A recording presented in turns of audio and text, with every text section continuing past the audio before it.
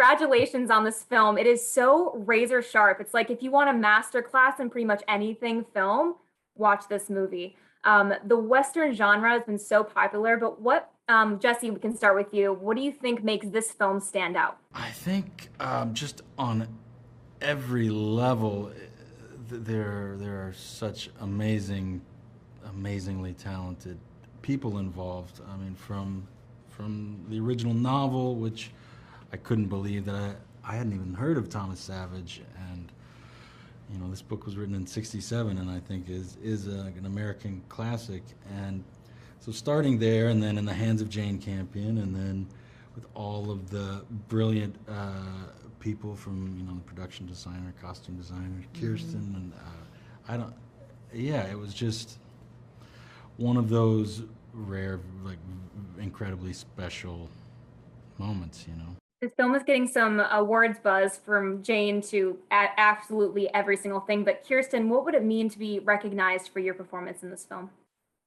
I have to say, when you get to work with Jane Campion, that's like kind of will be one of the highlights of my career. I can already say that for the rest of my life. And to be part of this alongside of her and watch her and be next to her while she's doing all of this is truly like what has been the gift to me. Like, I now have Jane Campion as a mentor in my life for the rest of my life.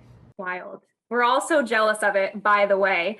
Jesse, I have to ask you about, you grew up around ranches and horses. I believe you said your dad was a cowboy. Did any of that experience help you get into this character? Yeah, he still is. He still rides. We've gone to a roping competition of his dad in Las Vegas, like major roping competitions. Yeah, my dad's side of the family, they all ride and rope and rodeos and whatnot. So yeah, that aspect of it came pretty naturally. Although George isn't really asked to do all that much other than ride a horse, jot down little things in his notebook.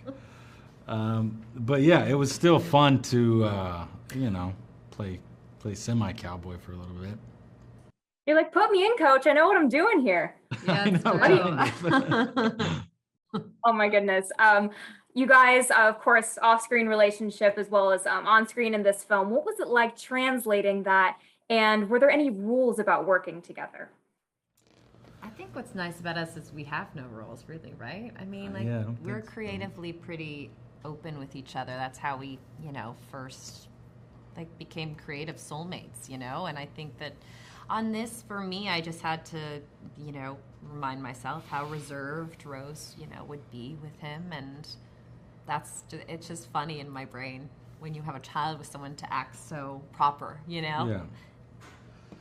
I think that was part of, if there was a challenge, was just sort of reversing some of the history, because we've known each other longer than George and Rose, and are very different people than the two of them. So there's a lot of our relationship that works, but then there's a lot of it that doesn't really work for the film. So, but it was very nice. Yeah. I'm sure best coworker ever.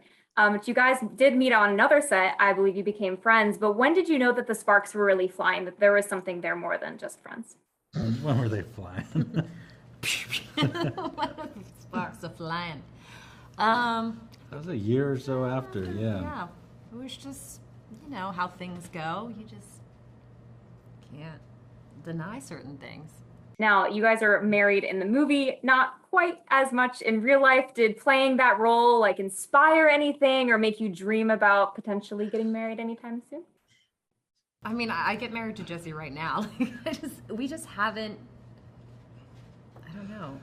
Yeah, the pandemic did sort of stop. Change our plans. But yeah, we definitely want to soon, but then having two kids, it just really, we say we're married because it feels like we're married, but yes, we will eventually we'll get married. And if you don't, you have me here asking these questions. When is it happening? Yeah, I know. I was like, okay, mom, number. Yeah, seriously. Yeah, talk to her. Talk to her mom. His Both mom. of our Yeah, moms, talk to yeah. everybody. Listen. Oh my gosh. I feel like I'm part of the family over here, y'all. I love it. Exactly. I love it. On that note, though, you guys did just welcome another baby boy. So what is it like being parents of two boys? Tiring. It's double tired. one. Yeah, Yeah. double one.